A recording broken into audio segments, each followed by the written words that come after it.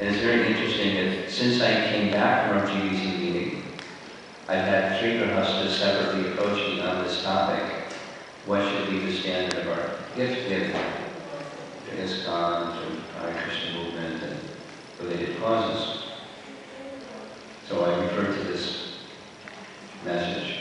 And now I'm hearing this from Prabhupada just 2 days ago, 3 or 4 days ago, at the beginning of our meeting, where in 1972, Prabhupada was referring to this in Dharma's, his letter to Dharma. The one letter that Dharma wrote, the one letter that he got back, it said it, called the Vijayashri 50%. So I'm not saying this to have anybody start feeling uncomfortable when you get out of here, kind of feeling. But it's a standard that Prabhupada expressed, and when he was instructing a very gentle disciple how to overcome feelings of enviousness, and his encouragement was, you're giving your full effort, and if Krishna rewards your full effort this much, or that much, or the other, that's up to Krishna. What Krishna is looking for is what you're holding back, not what you're giving him. Not the result, it's your sincere effort and trying to serve him. That's what Krishna wants to see. So one of the ways to overcome or to address the quality of enviousness that one might honestly recognize as within one's heart is to try one's utmost to please Krishna, whatever it is that you have, regardless of what someone else has. What you have, you're using that to your best capacity, your fullest capacity in serving Krishna.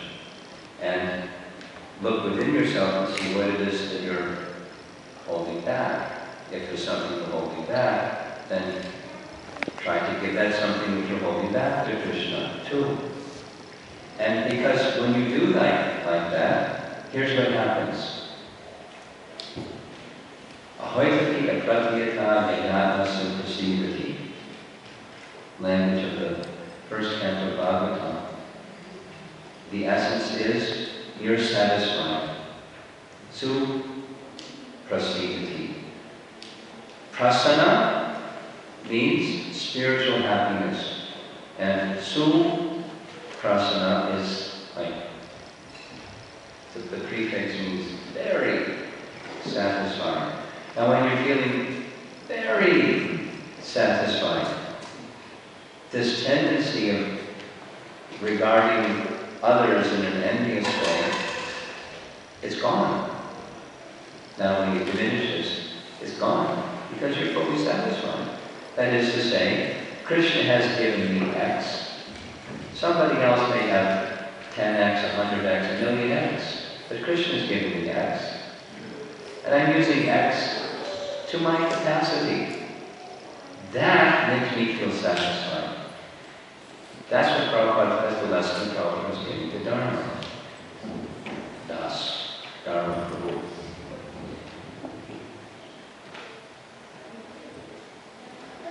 Strive to satisfy Krishna, and that tendency for being envious will diminish. It's like in the Srimad Bhagavatam first canto, chapter 9, very nice section where Bhishma Dev is instructing Maharaj Yudhisthira. And when Bhishma Dev gets to the part where Yudhisthira is requesting Krishna to instruct him how he should conduct himself as king. Because he didn't want to accept the role of king because he felt so horrible that this ghastly warfare was taking place. So many people have lost their lives for what? So I can sit on the throne? How horrible.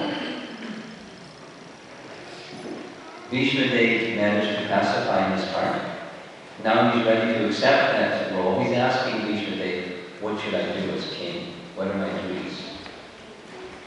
So one of his duties as king is to give guidance and ensure that the citizens are engaging in their prescribed duty.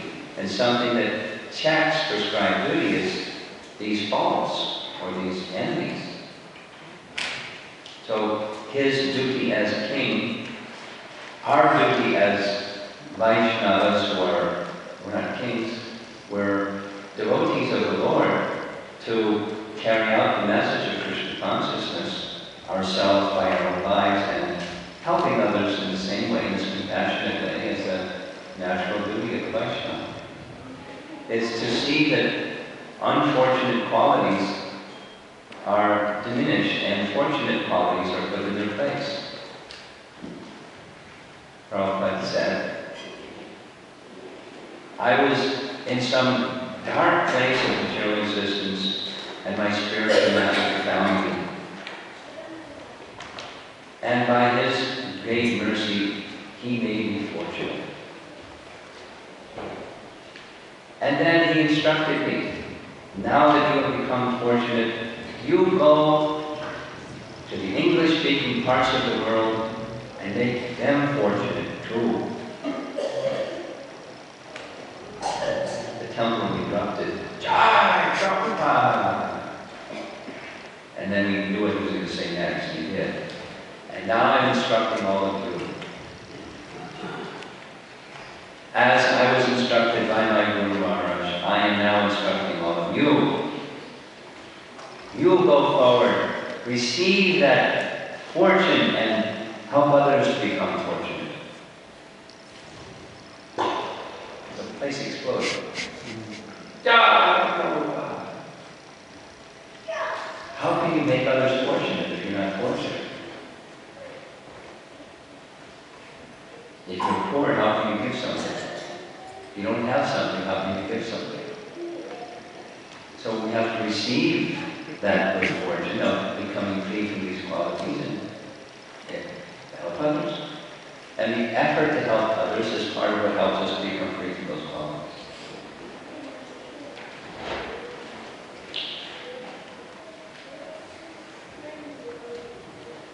So taking those teachings, I would say Dharma has done a fantastic job of freeing from his heart whatever quality of envy may have been there. And he's just happy to serve the deities, because he's a head majority, and serve the devotees. And he was there representing the Miami temple at our temple residence meeting. He's doing a very nice service. So now here's another second explanation of how to address, well, simultaneously, there's one of the qualities that still remain to be discussed is pride, the pride and envy. And the section of the Srimad Bhagavatam that I want to describe is Canto 3, Chapter 9. That happens to be the section I'm studying right now. So it's Lord Brahma's prayers for creative energy. The situation is, the night of Brahma has just concluded, and it's now the beginning of Brahma's next day. What does Brahma do every day?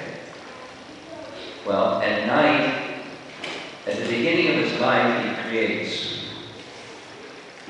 And that's one day, the creation is there, and it lasts for half of his day, and then at night, there's a partial devastation. The middle planetary systems, Gaur, Bhuvar, and Svargaloka, and the planets below them, are engulfed in a flood. Like I just saw one of the headlines of whatever's going on in the Mississippi River, the Great Flood.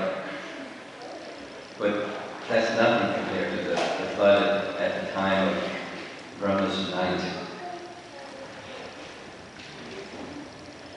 It's really, little detour.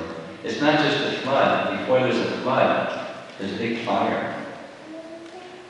And before there's a big fire, there's a drought. It's like very scientific. There's no rain for 100 years. Everything gets dry. And then a little fire. There's fire that goes all the way up into the heavenly regions. It's described in Brihad Bhagavatamrita. The fire is so intense. The residents above heaven, Maharloka, no, Janaloka, they get on their vimanas and head for the upper regions of the universe. That's so hot. And all of those planets, they burn to a crisp. And then there's big rain. So what happens? All that crisp, all that ashes dissolves in the water. Like Alka-Seltzer, it's just like it's gone. It's just somewhere in the water. Cold and fringe. In that planetary region. Brahma's at the very top. And you get a little warmer, but he doesn't burn. And in the morning, he does a sadhana. Takes his snan and he does his sadhana. And his sadhana is, he offers prayers to the personality of Godhead. Just like we may offer prayers. In any religious tradition, that's common. We have our Maha Mantra, but we also have other prayers that we recite. And he has prayers. And I'm going to summarize. The prayers are many verses. The essence of those prayers are three. One, he prays to the personality of Godhead for the capacity to do that daunting service that he has in front of him. Hint, each of us has some service to do that if we were to do it flawlessly, any given day, or even any given hour, or any given moment, we need empowerment. He's done this every day. He lives a long life. But he's feeling, I can't do this without empowerment. So he prays to the Lord for empowerment to do his service properly. Can you imagine if there was a mistake in creation? Big problem. Little mistake. Big problem. We don't have such important service, so we make mistakes left and right and sideways.